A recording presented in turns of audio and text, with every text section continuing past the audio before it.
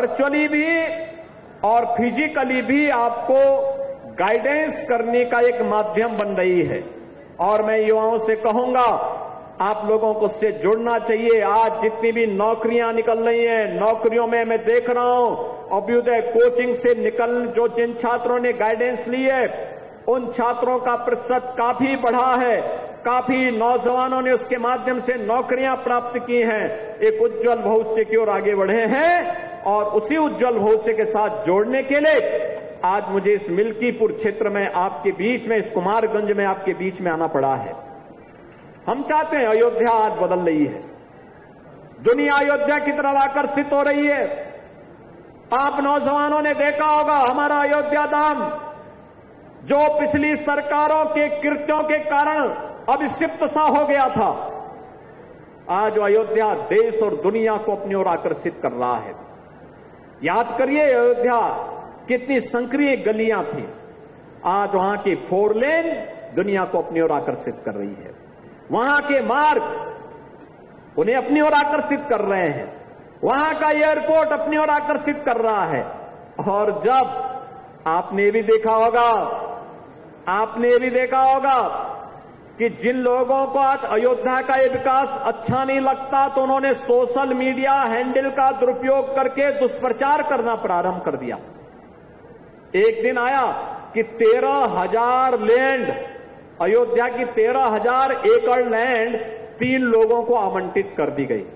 मुझे बताओ, क्या अयोध्या प्रॉपर में 13,000 एकड़ लैंड है क्या? पहले तो उनकी बुद्धि और विवेक पर ही मुझे संदेह होता है जो लोग इस प्रकार की न्यूज देते हैं। दूसरा, अयोध्या में कोई भी लैंड आवंटित नहीं की गई, तो इस प्रकार की फेक न्यूज क्यों देते हैं?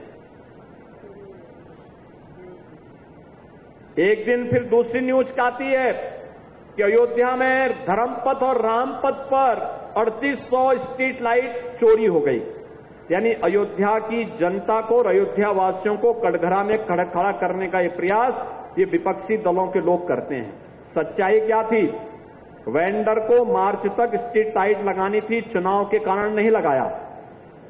बाद में उसने विपक्षी दलों के साथ मिलकर के ये साजिश की कि ये पैसा निकाल सके, नहीं हो पाया तो उसने छोटी सी ई कंप्लेंट कर दी।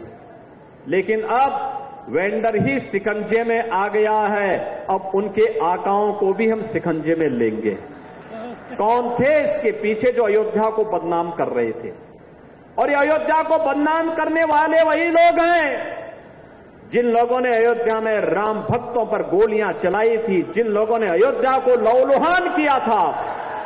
ये वही लोग हैं जो लोग बड़ी बेशर्मी के साथ एक चिकित्सक, एक डॉक्टर के साथ, एक महिला डॉक्टर के साथ हुई हैवानियत पर बेशर्मी के साथ उन जल्लादों का समर्थन करते हुए दिखाई दे रहे हैं। ये वही लोग हैं जाएंगे पिछड़ी जाति की बेटी के साथ हुए हैवानियत पर उन दुष्कर्मियों के साथ खड़े हैं, कहते हैं निर्दोष है। आपने लखनऊ की घटना भी देखी होगी। लखनऊ में एक बेटी अपने पिता के साथ और भाई के साथ बाइक से जा रही है, अचानक बारिश हो गई, पानी जमा हो गया, जबरदस्ती पानी फेंक करके फिर उस बेटी को गिरा दिया जाता है। और तब मैंने कहा था, तब भी मैंने वहां कार्रवाई की थी और मैंने कहा था कि इन लोगों के लिए सद्भावना ट्रेन नहीं, बुलेट ट्रेन चलेगी, कायदे से बुलेट ट्रेन। जब पुलिस ने उस अपराधी को पकड़ा तो समाजवादी पार्टी का मुखिया उस अपराधी के साथ खड़ा हो गया, कहता वो निर्दोष है।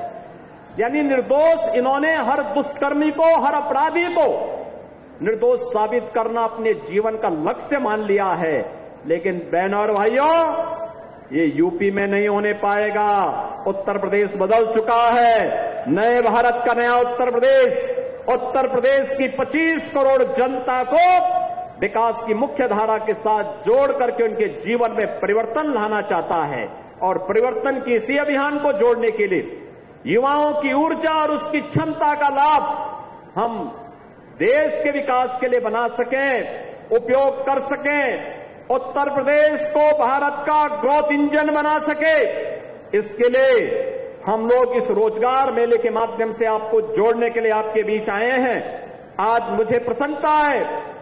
मैं तो सोच रहा था कि इतनी सुबह रात्रि भर बारिश पड़ी, कैसे कार्यक्रम हो पाएगा, लेकिन मैं आपका अभिनंदन करूंगा और आप सबके उत्साह के लिए आपका मैं अभिनंदन करूंगा कि आपने यहां पर आकर के इस कार्यक्रम को सफल भी बनाया और रोजगार के साथ जुड़ करके अपनी ऊर्जा का परिचय भी दिया, प्रतिभा का परिचय भी दिया। चाहे कुछ भी हो जाए, कोई बरसात, कोई आंधी आपका मार्ग नहीं रोक सकती है, साबित आपने किया है। और वैसे भी कल रक्षाबंधन है। आज सायंकाल से लेकर के कल सायंकाल तक हमारी सरकार ने बेटियों के लिए और बहनों के लिए परिवहन निगम की बसेज में फ्री में यात्रा की व्यवस्था की है। रक्षाबंधन में वे अपने मायके जा सकें, घरों में जा सकें। भाई वहां पे एक स्पार्किंग हो गया, उसको बंद करवा दो। आप बैठ जाएं, आराम से बैठ जाए, कुछ होगा नहीं वहां। तो ये व्यवस्था कर दी है, कल ये व्यवस्था हम लोग रहेंगे। आप सबको मैं रक्षाबंधन की अपनी शुभकामना देता हूं। दूसरा 26, 23, 24 और 25 को और 30, 31 को पुलिस की भर्ती होगी। जो भी इच्छुक हैं, जिन्होंने फॉर्म भरे हैं, वे अपनी भर्ती की प्रक्रिया के साथ जुड़ें। और 26 और 27 को श्री कृष्ण जन्माष्टमी का कार्यक्रम भी होगा। भगवान कृष्ण ने तो एक ही बात कही थी कि परित्राणाय साधूनाम और विनाशाय च दुष्कृताम। भगवान राम ने भी यही कहा था, निस्सरहीन करो मई भुज उठाए प्रणकीन। और भगवान राम के इन संकल्पों के साथ ही हम लोग अपने जीवन का हिस्सा बना करके जो देश के हित में बाधक है, जो समाज के विकास में बाधक है, जिन लोगों ने गरीब को, नौजवान के, बेटियों के हितों के साथ जो खिलवाड़ कर रहे हैं, पूरी शक्ति के साथ उनके खिलाफ कार्रवाई करने की प्रतिबद्धता के साथ मैं नौजवानों को फिर से आश्वस्त करता हूं, सरकार आपके साथ में है। आज यहां पे हजारों नौजवानों को टैबलेट और स्मार्टफोन वितरित हुए हैं। कुछ लोगों को नियुक्ति पत्र प्राप्त हो गए हैं। शेष को यहां पर हमारे मंत्रीगण नियुक्ति पत्र भी वितरित करेंगे। आज आपके उत्साह के लिए एक बार फिर से मैं आपको बधाई देता हूं, आपका अभिनंदन करता हूं। श्रेष्ठ भारत पर खबरों से जुड़े रहने के लिए चैनल को सब्सक्राइब और लाइक करें, बेल आइकन दबाएं और देखते रहें श्रेष्ठ भारत।